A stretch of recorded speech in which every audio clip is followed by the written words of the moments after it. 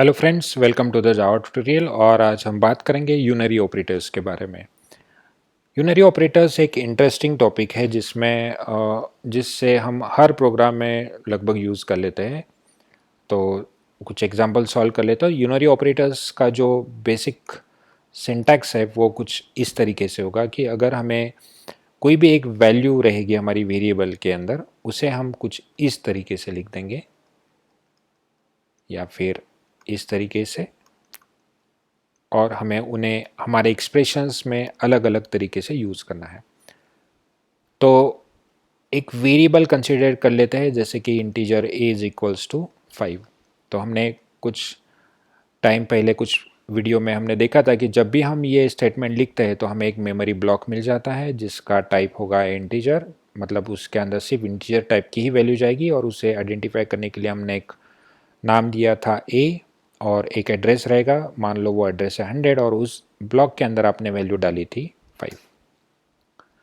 अब अगर हम यूनरी ऑपरेटर यूज़ कर लेते हैं, मान लो अगर मैं इसे लिख दूँ a प्लस प्लस, तो बेसिकली a प्लस प्लस का मीनिंग माना जाता है a is equals to a plus 1। तो करंट जो भी वैल्यू है a की, दैट इज 5, उसमें एक ऐड कर दो और वही a में स्टोर कर दो, तो यहाँ पे आ जाएगा 6। तो इस लाइन का एक्सपेक्टेड आउटपुट है 6। तो इसे हम साइमल्टेनियसली इंप्लीमेंट करके देखते हैं। तो अगर हम फाइल ओपन करेंगे, एक नई फाइल ओपन कर देंगे जिसे नाम देंगे demo.java, फिर क्लास डेमो, और यहाँ पे हम लिखेंगे पब्लिक स्टैटिक void main, और फिर हमें यहाँ पे लिखना है स्ट्रिंग आर्गुमेंट्स। हम एक वेरिएबल लेंगे a जिसकी इनिशियल वैल्यू है 5, फिर हमने लिखा था a प्लस प्लस, और इसी को ही हम प्रिंट करके देखते हैं, that is system dot out dot print ln, और हम a की वैल्यू प्रिंट कर लेते हैं। तो जैसे कि मैंने कहा कि a प्लस प्लस का मतलब है a equals to a plus 1, तो हमें वही आउटपुट आना चाहिए। तो पहले कंपाइल कर लेते हैं फाइल को, डेट इज़ डेमो डॉट जावा, फिर आउटपुट चेक करना है तो लिखना है जावा डेमो, और फिर हम देख सकते हैं जो हमारा आउटपुट आया है 6। तो बेसिकली यहाँ पे हम देख सकते हैं कि a की जो इनिशियल वैल्यू थी 5, a प्लस प्लस का मतलब है a में एक ऐड कर दीजिए और वही वैल्यू a में स्टोर करिए, तो यहाँ पे 5 ने 6 मिल जाएगा, करेक्ट। तो आपका आउटपुट आया 6। We got the correct output. Now let's say instead of writing a plus plus, अगर मैं प्लस प्लस a लिख दूँ तो हमारा आउटपुट क्या आता है, हम लोग पहले चेक कर लेते हैं। तो हमने कंपाइल किया और आउटपुट भी देख लिया, तो यहाँ पे उसका भी आउटपुट आ रहा है 6। तो इससे हमें क्या समझ में आया कि अगर मैं इस स्टेटमेंट की जगह पे लिख दूँ प्लस प्लस a, तो भी हमारा आउटपुट आ रहा है 6। मतलब ये जो स्टेटमेंट हमने लिखा इसका भी मीनिंग वही है, a is equals to a plus 1। तो a में एक ऐड कर दीजिए और a में डालिए, और फिर a की जो इनिशियल वैल्यू थी 5, उसमें एक ऐड होके a में ही स्टोर हुआ, तो इसका आउटपुट मिला मुझे 6। तो अभी कुछ एक्सपेरिमेंट करके देखते हैं। तो हम डायरेक्टली कोड में ट्राई करते हैं। तो यहाँ पे देखिए हमने एक और वेरिएबल ले लिया इंटीजर b, जिसकी इनिशियल वैल्यू सपोज मैंने ले ली 0।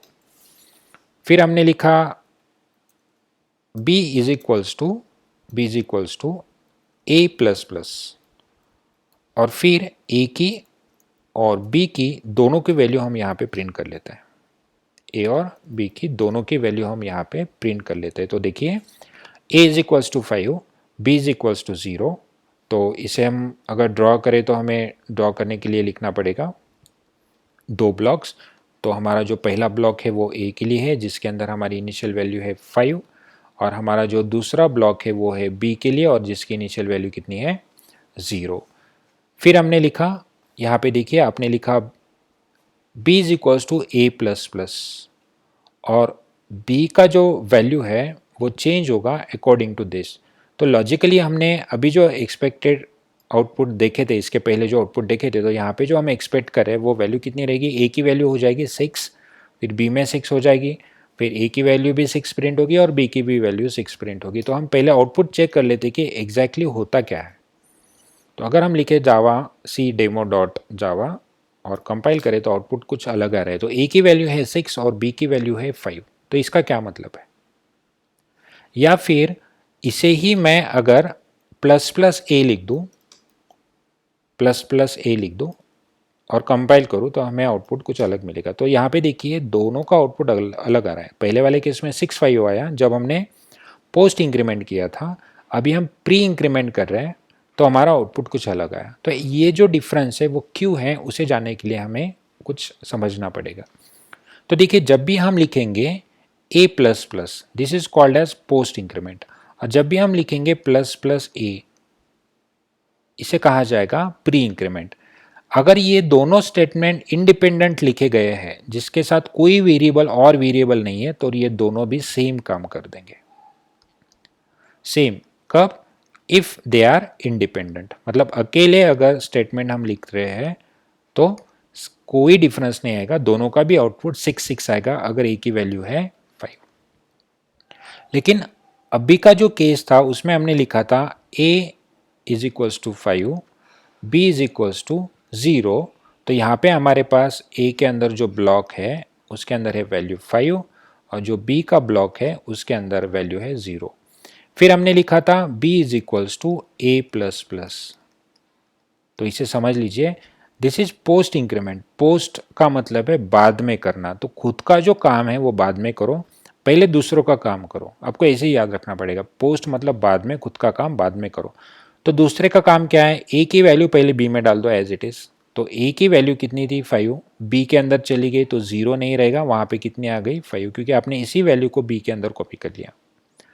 फिर जाके खुद का काम करो, मतलब ए की खुद की वैल्यू 1 से बढ़ाओ। तो अभी ए के अंदर 5 नहीं रहेगा, वैल्यू रहेगी 6।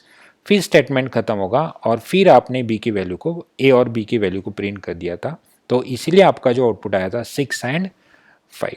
तो यहाँ पे देख सकते हो 6 एंड 5 ये कब आया था? जब हमने यहाँ पे पोस्ट इंक्रीमेंट किया था, मतलब पहले ए की value as it is b में कॉपी होगी, फिर ए की खुद की वैल्यू चेंज हो गई, तो यहाँ पे जो चेंज वैल्यू है ए की वो प्रिंट हुई और जो वैल्यू बी में कॉपी हुआ था वो वैल्यू यहाँ पे प्रिंट हो गई, दैट इज 6 एंड 5। यही अगर हम प्री इंक्रीमेंट कर लेते हैं बाय द सेम लॉजिक, अगर हम प्री इंक्रीमेंट कर लेते हैं जैसे कि b is equals to plus plus a, और a की जो करंट वैल्यू है हमने मान ली थी 5 और b की जो करंट वैल्यू थी वो हमने मान ली थी 0, जैसे कि हमने यहाँ पे लिखा है। तो देखिए प्री इंक्रीमेंट मतलब पहले खुद का काम करो, पहले ए खुद की वैल्यू बढ़ा लेगा। तो प्लस प्लस ए मतलब उसमें एक ऐड कर दीजिए, तो 5 ने ये खुद की वैल्यू कर लेगा 6, और फिर जो इंक्रीमेंटेड वैल्यू है उसे बी में कॉपी कर लेना है। तो इंक्रीमेंटेड वैल्यू कितनी थी 6, वो चली जाएगी बी के अंदर, तो बी के अंदर अब 0 नहीं रहेगा 6। और फिर हमने प्रिंट किया था तो इसीलिए ए और बी का दोनों का भी वैल्यू कितना मिला था 6 6। तो ये है इंक्रीमेंट और डिक्रीमेंट ऑपरेटर्स जो हमें बहुत सारी जगह पे लगने वाले हैं, और इसे ही कहा जाता है यूनरी ऑपरेटर्स। तो एक थोड़ा कॉम्प्लिकेटेड प्रोग्राम ट्राई करते हैं, जैसे कि b equals to a plus plus हमने लिख दिया, फिर हमने लिखा b प्लस प्लस, फिर लिख दिया प्लस प्लस b, फिर हमने लिख दिया a प्लस प्लस, और फिर लिख दिया a जी, यहाँ पे लिख देते हैं b is equals to plus plus a, और फिर हम a और b की वैल्यू प्रिंट कर लेते हैं। तो यहाँ पे हमें उसे सॉल्व करना पड़ेगा, तो सॉल्व करने के लिए हम बोर्ड यूज़ कर लेते हैं। तो बोर्ड के ऊपर हमें ये प्रॉब्लम लिखना है, जिससे ए की जो इनिशियल वैल्यू है 5 है, बी की इनिशियल वैल्यू 0 है, फिर हमने स्टेटमेंट में लिखा b is equals to plus plus A first statement, फिर हमने लिखा b प्लस प्लस, फिर हमने वापस लिखा प्लस प्लस b, फिर हमने लिखा a प्लस प्लस, और एंड में लिखा है b is equals to plus plus a, और उसके बाद हमने ए और बी की वैल्यू प्रिंट कर दी। तो आपको सिंपली यहाँ पे एक ए का ब्लॉक बनाना है, दूसरा ब्लॉक बनाना है बी के लिए। ये जो प्रॉब्लम्स होते हैं जनरली टेक्निकल इंटरव्यूज़ में या फिर कॉम्पिटिटिव एग्जाम्स में पूछे जाते हैं। इनिशियल वैल्यू है ए की 5, बी की वैल्यू है 0। फिर हमने देखा कि प्री इंक्रीमेंट है, मतलब खुद की वैल्यू चेंज करो, ए की खुद की वैल्यू चेंज हो गई, फिर बी में कॉपी हो गई, तो बी की जो नई वैल्यू है वो हो जाएगी 6।